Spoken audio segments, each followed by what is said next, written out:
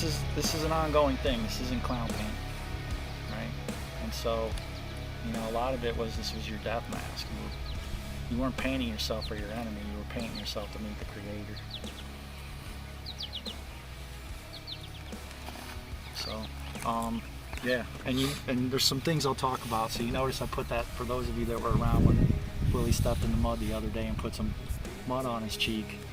He does that because of the imagery that kid lives within. You can ask Reese, you can ask Clark, you can ask Colin, you can ask Josh about the house. It's a shrine to primitive skills and to my heroes. Like my kids grow up with, there's 3 images of Geronimo in my living room. This stuff you're getting, I haven't taught. This wasn't the scout that I taught 10 years ago. This wasn't the scout that I learned. This is, like I said, this is me picking up my aspect of things and moving the ball forward. If all I ever do is pair it, it weakens. It's got to be from empirical data, empirical knowledge, and adding to this list of skills for the next generation. But it's preparing Willie for whatever he's going to have to deal with in his day and age. Right? But if all we ever do is worry about trying to be as cool as Stalking Wolf was or Goyathle was, then we're dealing with a world, we inherited a world that they don't know. I'm going to give you some honest feedback. And I know you guys are in the process, but you got a lot of dirt in there already. Your ribbing should touch each other. I like it to anyway. And none of it should come across the top of your bar. And that bar is light. See the right amount of debris on it. I wouldn't trust just that little hook with a quaking aspen. Okay. You want to be able to stand on top of it. Because when you're putting a bunch of debris on, if it comes in half snows, half rain, you got to figure it's about body weight, right? And you don't want it to collapse on you. So the first rule of the ridgepole, I really like it. I like that you change the angle of it, but you can still use that. You just got to use a longer log. Okay. But you want it in that V if you're going to use it, right? Yeah, but because you hooked it to get it to crotch height, which is nice, right? So it's dropped low, but you need more. The prop that you got under it and the little bit of a hook you got in that log isn't going to get it done. And you'll get away with it on nice nights to have these pieces sticking up above it, but what that's going to do is, the first thing that this does is create tough spots for me to get loft and insulation in there. So what it's going to do is it's going to create, and it's always tough to get this angle under here no matter what. So now we're going to compound and create a lot of air gap in our system, because we know below the log is tough. And we can help that out if none of our pieces extend across the top of this plane. Because not only is it going to create airspace creates leaks. Not just with heat, but more importantly with water. So the ribbing doesn't extend past the top of your ridgepole. And that's not going to hold weight if it does get wet. But I like this setup better. But that's always going to leak, and that's always going to cost you insulation. Here's a little trick, an advanced tip. When your ribbing touches, first of all, it's easy for you to use looser debris like we get out west. Secondly, when the ribbing touches, I can take and pass through material this way under. And usually I'll even drop it a little lower, below the ridgepole. And then I can stuff this gap tight if I need to. When I really want to make a really warm debris hut, I put a crossbar in here that I can stuff. And that eliminates, you see what that does to that inside angle? So you're just making rafters? Yep, absolutely, but I'm stuffing them. Okay. Right? And start towards the back, and I'm literally using that fine grass and cutting that gap out, making sure that these don't extend past here means I got solid contact of insulation, and taking this angle out to get rid of this draft solves that problem completely. It's going to increase your BTUs as far as heat, and it's also going to eliminate water from your setup. But anytime you got crossover, I can't get material down in here, which means that I'm losing warm air, and I'm also creating space for water to get me.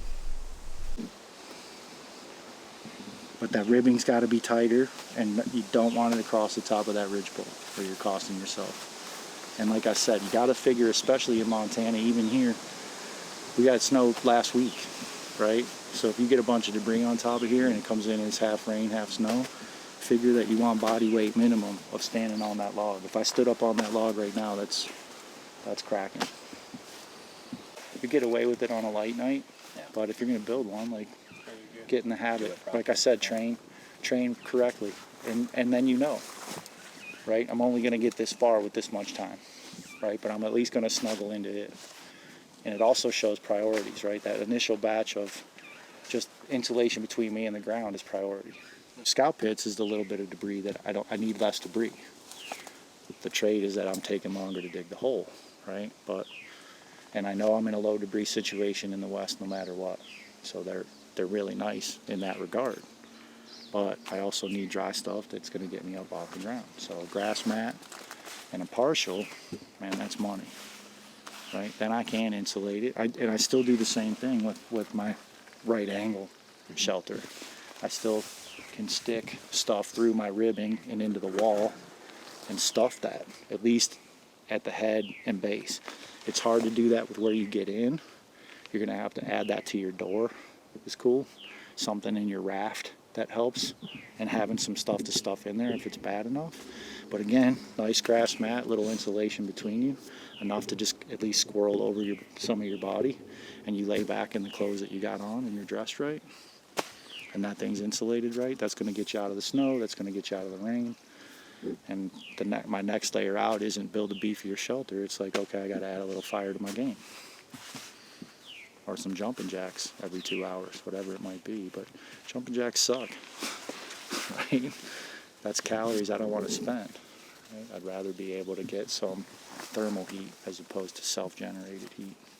Self-generated is costing me calories and water. And it's also depleting my physical. I'm looking for something where I can warm up my core passively as opposed to aggressively. Shelters you need them. People don't spend enough time in them. They don't spend enough time making them, and they don't spend enough time sleeping in them. And trying them out everywhere you go. It's a reason why it's first in the sacred order. Survival is shelter. If I don't have it, I'm done. The key is getting insulation between you and the ground. If you're dressed right, and you have insulation between you and the ground, you should be good, especially now. I can't say that all year, because below 72 degrees, it can steal a couple of degrees of body temperature every 15 minutes. Your mental capabilities and all that stuff is going to go downhill, and it's going to go downhill fast. Right? And that's obviously, if the mental's gone, the physical's already gone. And it's not going to have the ability to communicate, even if it was firing on all cylinders. So the key is, especially that first night, even if I'm just stuffing myself into a bramble pile, I got to get something between me and the ground.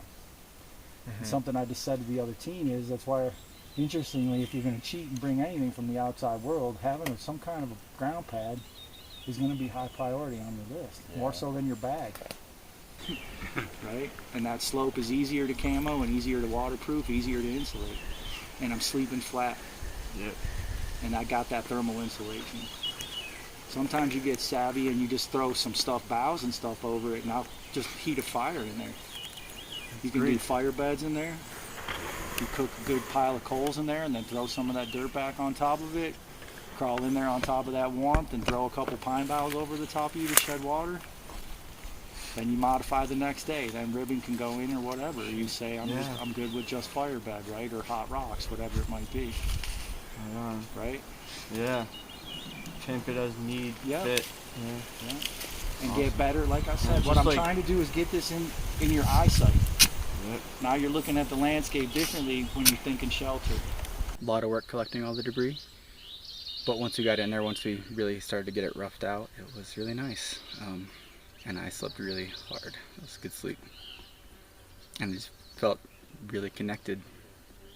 Woke up slowly, quietly, listened to the dawn chorus, and went back to sleep for a little bit and woke up ready for the day. We're not doing the hardcore all-night raids. We're not hitting the constant fighting practice like I've had in other scout classes. But I feel like I've had so much information to digest with just such short, simple exercises. The blindfold work was really incredible. That's where I found myself the most connected and also the most easily distracted. Hit that space where everything flows and then snap right back out of it. So it's definitely taught me that there's a lot of work to do and that the work's never done. So when I completely let go with the blindfold stream float, it was amazing because all I heard was flow noise. When my ears were in the water, I could hear the water moving over the rocks. And when I did it just right, my hands were caressing the algae on the rocks and kind of helping me guide downstream. I noticed when I did it wrong, my butt would hit the rocks. And it was challenging to find that space with just enough effort to keep floating. It was also incredibly peaceful. And maybe even say joyful. It was a really good space to be in. I don't know, these traditions are sacred, and it's my privilege to receive them, and I hope that I can find the strength and the vision and the will to continue growing in them. And I'm grateful for the people who have made it happen. And so, as the Cheyenne dog soldiers are coming up from the south, moving towards this big gathering of 10,000 people at the Little Bighorn, the dog soldiers, who are, if you don't know who they are, some of the fiercest warriors that have ever lived, they went into battle with a 6-foot rawhide leash tied to their ankle, and they would jump off their horse and drive that stake into the ground, and you either had to kill them. They said, this is it. I fight anybody that steps into this 6-foot circle. And only one of their other dog soldiers could come by and cut their leash if they were in a retreat. They couldn't cut their own leash. If you staked yourself, you stayed there till you were dead, or one of your homies cut you out. They were awesome, right? And this was cultivated. This was a scout society within the Cheyenne. Well, as they were moving towards the Little Bighorn for this gathering of multiple tribes that had really never worked together before, they're still suspect. They're out in front of the rest of the warrior Cheyenne because they're the dog soldiers and that's what they do. They were actually scouting Crazy Horse's migration to the route. They were following him for 2 or 3 days and watching him and his people moving towards the Little Bighorn coming up the Rosebud. Well, that's where he hit Miles at. And what they watched, literally they watched Miles pop up. Miles thought he had him. Crazy Horse immediately engages, first one out, right? To the point where if the Shoshone that he had with him, that Miles was working with, hadn't intervened, Crazy Horse would have killed Miles that day on the Rosebud 2 weeks before, and Geronimo would have been fighting someone else. Right? Miles literally was dead without a Shoshone incursion. And so the dog soldiers didn't engage but watched this fight from the ridge and just didn't get involved, didn't do anything. But when they got to the first night of the meeting at the Little Bighorn and they were discussing the progression of the army because they were watching Miles coming in, it wasn't, remember, kind of Custer snuck in and should have waited for Miles, right? Knowing that he was in the area. So they had dipped on Miles. They're expecting this big column of Miles' company to know now that they engaged Crazy Horse and they're moving up the Little Bighorn to find him. In their discussions on what they were going to do, the dog soldiers walked into the meeting and said, we don't know who that guy is, but we fight with him. When we go into battle, we go with him. That's coming from your enemy, right? That gave me goosebumps, but that's that medicine that he had. And then when Little Bighorn went down, they were scattered out. It was a big party. It was the largest gathering of natives that had been for a while. There were celebrations going on. You're eating bison meat. You're sneaking into someone else's teepee for 2.5, 3 minutes. But Crazy Horse wasn't at his teepee when shit popped off.